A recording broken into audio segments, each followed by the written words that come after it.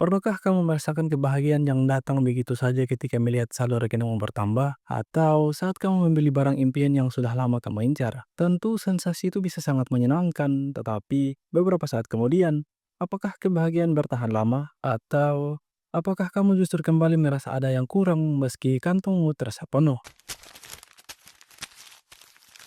Perdebatan tentang apakah uang bisa membeli kebahagiaan atau tidak telah lama menjadi bahan diskusi yang tak ada habisnya. Dalam kehidupan sehari-hari, kita sering mendengar kalimat seperti uang bukan segalanya atau kebahagiaan datang dari dalam diri. Namun di sisi lain, kita juga tahu bahwa kenyamanan finansial memberikan rasa aman dan bebas dari banyaknya kekhawatiran hidup. Atau apakah kita benar-benar bisa memisahkan uang dari kebahagiaan? Pada satu sisi, ada banyak orang yang meyakini bahwa uang adalah salah satu elemen penting dalam mencapai kebahagiaan. Dengan uang, kita bisa memenuhi kebutuhan dasar hidup seperti tempat tinggal, makanan, dan pendidikan. Uang juga membuka peluang untuk menikmati berbagai pengalaman hidup yang menyenangkan, seperti bepergian, menikmati hiburan, atau bahkan melakukan kegiatan sosial yang membantu orang lain. Banyak yang berargumen bahwa semakin banyak uang, semakin besar kesempatan untuk menikmati hidup tanpa beban. Namun, di sisi lain, ada yang berpendapat bahwa kebahagiaan sejati tidak bisa dibeli. Kebahagiaan menurut pandangan ini datang dari dalam diri, dari hubungan yang baik dengan orang-orang terdekat, atau dari rasa puas atas pencapaian pribadi yang tidak melibatkan uang. Bahkan ada yang mengatakan bahwa keinginan untuk memiliki banyak uang justru bisa menjadi sumber stres, kecemasan,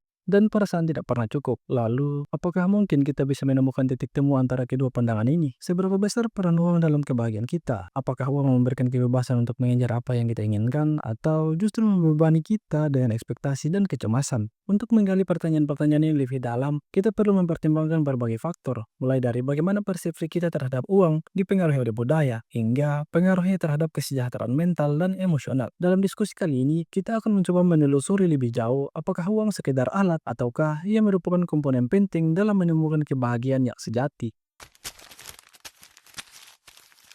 Dalai Lama mendefinisikan kebahagiaan sebagai kedamaian batin yang muncul dari pikiran yang tenang, bebas dari kecemasan, dan dilandasi oleh welas asih atau compassion. Bagi Dalai Lama, kebahagiaan sejati bukan terletak pada pencapaian materi atau kesenangan duniawi, melainkan pada kemampuan untuk mengembangkan sikap mental yang penuh kasih, memahami penderitaan, dan berbagi kebaikan dengan orang lain. Sedangkan Aristoteles mendefinisikan kebahagiaan dalam karyanya Nicomachean Ethics sebagai eudaimonia, yang diterjemahkan sebagai kehidupan yang baik atau kesejahteraan. Menurutnya, kebahagiaan adalah hasil dari hidup yang dijalani dengan kebajikan, mencapai potensi penuh seseorang individu dalam konteks moral dan intelektual. Bagi Aristoteles, kebahagiaan bukan sesuatu keadaan yang datang secara tiba-tiba, melainkan pencapaian yang diproses melalui pengembangan diri dan pelaksanaan kebajikan secara konsisten sepanjang hidup. Sedangkan kebahagiaan dalam pandangan Maslow tercapai ketika seseorang merasa bahwa dirinya telah mencapai tujuan hidupnya dan hidup secara otentik dengan memenuhi kebutuhan psikologis dan emosional yang lebih tinggi. Maslow menggambarkan hierarki kebutuhan dalam teori motivasinya yang menggambarkan urutan kebutuhan manusia yang harus dipenuhi untuk mencapai kebahagiaan dan pemenuhan diri. Dalam konteks kebahagiaan, teori ini mengidentifikasi 5 tingkat kebutuhan yang saling bergantungan satu sama lain. Satu, kebutuhan fisiologi atau psychological needs. Ini adalah kebutuhan dasar untuk kelangsungan hidup seperti makanan, air, udara, tidur, dan tempat tinggal. Maslow berargumen bahwa kebutuhan ini harus dipenuhi terlebih dahulu sebelum individu dapat mengejar kebutuhan yang lebih tinggi. Tanpa pemenuhan kebutuhan fisiologis, kebahagiaan atau kepuasan hidup sulit untuk dicapai. Dua, kebutuhan keamanan atau safety needs. Setelah kebutuhan dasar dipenuhi, individu mencari rasa aman, stabilitas, dan perlindungan. Ini mencakup keamanan fisik, finansial, kesehatan, serta perlindungan dari bahaya. Ketika seseorang merasa aman dan bebas dari ancaman, mereka lebih mampu fokus pada hal-hal yang membawa mereka kepada kebahagiaan yang lebih dalam.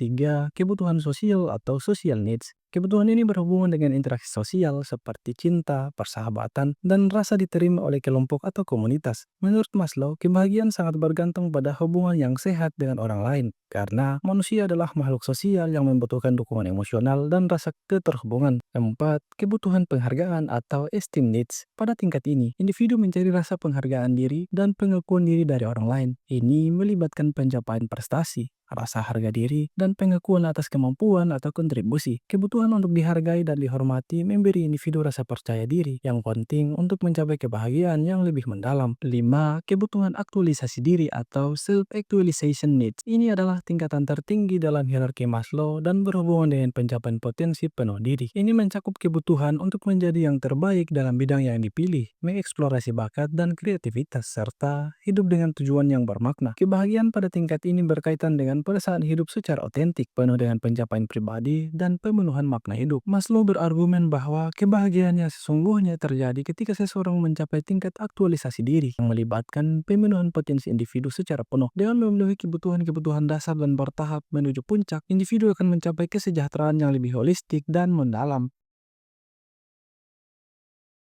Secara keseluruhan, meskipun definisi kebahagiaan dapat bervariasi, ada banyak ahli sepakat bahwa kebahagiaan adalah kondisi yang melibatkan kesejahteraan emosional, pemenuhan diri, hubungan sosial yang baik, serta pencapaian tujuan hidup yang bermakna. Pertanyaan tentang hubungan antara uang dan kebahagiaan, serta bagaimana uang dapat mempengaruhi hidup kita, baik secara positif maupun negatif. Untuk menjawab secara komprehensif, kita perlu menguraikan beberapa elemen utama, yaitu 1. Pandangan yang berbeda tentang uang dan kebahagiaan. Pandangan yang mendukung sebagai kunci kebahagiaan. Pandangan ini berargumen bahwa uang memberikan kebebasan yang memungkinkan seseorang untuk memenuhi kebutuhan dasar, mencapai tujuan hidup, dan mengejar kepuasan pribadi. Dalam konteks ini, uang bukan hanya alat untuk bertahan hidup, tetapi juga untuk mengejar impian, seperti berwisata, mengembangkan diri, atau berinvestasi dalam pengalaman dan pendidikan. Selanjutnya, juga terdapat pandangan yang skeptis terhadap hubungan uang dan kebahagiaan. Di sisi lain, ada pandangan yang menganggap bahwa uang tidak selalu berhubungan langsung dengan kebahagiaan. Bahkan, ada yang berargumen bahwa pengejaran uang yang tak terbatas justru dapat menyebabkan stres dan kecemasan, serta kehilangan makna hidup. Kebahagiaan sejati menurut pandangan ini lebih berkaitan dengan hubungan yang sehat, pencapaian pribadi, dan kesejahteraan mental yang tidak dapat dibeli dengan uang. Peran uang dalam kebahagiaan. Sebuah keseimbangan untuk menemukan titik temu antara kedua pandangan ini. Kita harus melihat bahwa peran uang dalam kebahagiaan tidaklah bersifat absolut,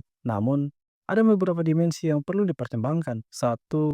Pandangan yang berbeda tentang uang dan kebahagiaan. Pandangan yang mendukung uang sebagai kunci kebahagiaan. Pandangan ini berargumen bahwa uang memberikan kebebasan yang memungkinkan seseorang memenuhi kebutuhan dasar, mencapai tujuan hidup, dan mengejar kepuasan pribadi. Dalam konteks ini, uang bukan hanya alat untuk bertahan hidup, tetapi juga untuk mengejar impian seperti berwisata, mengembangkan diri, atau berinvestasi dalam pengalaman dan pendidikan. Selanjutnya, pandangan yang skeptis terhadap hubungan uang dan kebahagiaan. Di sisi lain, ada pandangan yang menganggap bahwa uang tidak selalu berhubungan langsung dengan kebahagiaan. Bahkan, ada yang berargumen bahwa pengejaran uang yang tak terbatas justru dapat menyebabkan stres, kecemasan, dan kehilangan makna hidup. Kebahagiaan menurut pandangan ini lebih berkaitan dengan hubungan yang sehat, pencapaian pribadi, dan kesejahteraan mental yang tidak dapat dibeli dengan uang. 2. Peran uang dalam kebahagiaan. Sebuah keseimbangan. Untuk menemukan titik temu antara kedua pandangan ini, kita harus melihat bahwa peran uang dalam kebahagiaan tidaklah bersifat absolut, namun ada beberapa dimensi yang perlu dipertimbangkan. 1. Kebutuhan dasar dan keamanan finansial. Dalam tahap awal hidup, uang berperan penting dalam memberikan keamanan finansial yang mendasar. Ketika seseorang tidak memiliki cukup uang untuk memenuhi kebutuhan dasar seperti pangan, perumahan, pendidikan, dan kesehatan, maka kebahagiaan akan terhambat. Dalam hal ini, uang memang sangat penting. Orang yang ada pada tahap ini adalah mereka yang ada pada kelas ekonomi bawah, sehingga mereka merasa akan bahagia ketika kebutuhan dasar mereka terpenuhi. 2. Kesejahteraan emosional dan pengalaman. Setelah kebutuhan dasar terpenuhi, pengaruh uang terhadap kebahagiaan mulai berkurang ketika seseorang sudah mencapai taraf hidup yang cukup secara materi. Oleh karena itu, penelitian menunjukkan bahwa setelah mencapai tingkat pendapatan tertentu yang cukup untuk hidup nyaman, tambahan uang tidak serta-merta menambah kebahagiaan, sehingga kebahagiaan seringkali dipengaruhi oleh hubungan sosial, pencapaian pribadi, dan pengalaman hidup seperti berlibur, berkumpul dengan keluarga, teman, serta melakukan hal-hal yang dicintai. 3. Kebebasan untuk mengejar impian dan tujuan. Uang dapat memberikan kebebasan untuk mengejar impian, seperti berwirausaha, bepergian, atau mengembangkan keterampilan baru. Dengan kebebasan finansial, seseorang dapat lebih leluasa menentukan prioritas hidupnya tanpa terkungkung oleh kebutuhan ekonomi yang mendesak. Ini bisa memperkuat perasaan pemenuhan hidup dan kebahagiaan. Oleh karena itu, orang yang ada pada tahap atau situasi ini, dalam teori Maslow, mereka adalah orang yang berada pada puncak piramida yang mana hanya akan mengaktualisasikan diri atau mencari kebahagiaan sejati.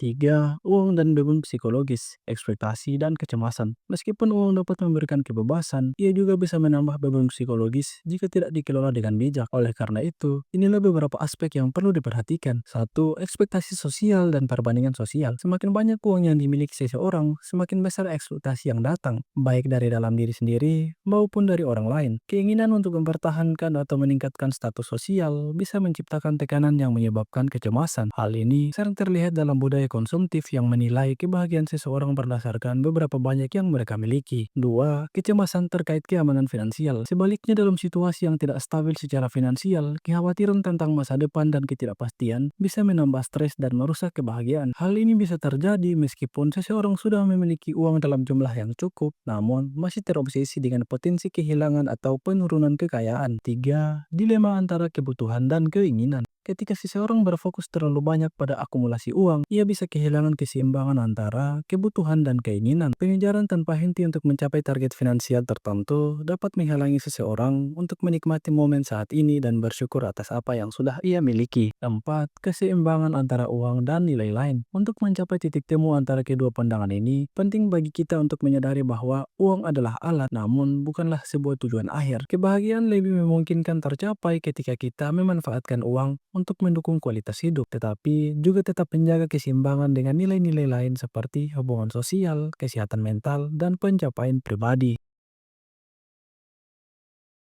Beberapa studi juga menunjukkan bahwa orang yang memiliki kestabilan finansial cenderung memiliki tingkat kebahagiaan yang lebih tinggi dibandingkan mereka yang hidup dalam kekurangan. Sebuah penelitian dari Universitas Princeton menemukan bahwa setelah mencapai pendapatan tahun sekitar $75.000, tambahan uang lebih lanjut tidak berhubungan langsung dengan kebahagiaan. Artinya, ada titik tertentu di mana uang memang memberikan pengaruh secara signifikan terhadap kesejahteraan emosional, namun setelah mencapai titik tersebut, uang tidak lagi menjadi faktor utama dalam peningkatan kebahagiaan. Namun, ini tentu saja tidak berarti bahwa uang bisa memilih segala jenis kebahagiaan, sebab ada beberapa sumber kebahagiaan yang berasal dari pengalaman spiritual, kedamaian batin, atau hubungan yang mendalam dengan orang-orang tercinta. Dalam tahap ini, kita sudah masuk pada tahap kelima dalam teori kebahagiaan menurut Abraham Maslow. Titik temu antara pandangan yang melihat uang sebagai sumber kebahagiaan dan yang menganggapnya sebagai sumber masalah bisa ditemukan dalam pemahaman bahwa uang berperan sebagai alat untuk mencapai kebahagiaan, bukan sebagai tujuan utama. Karena uang bisa memberi kebebasan untuk mengejar apa yang kita inginkan,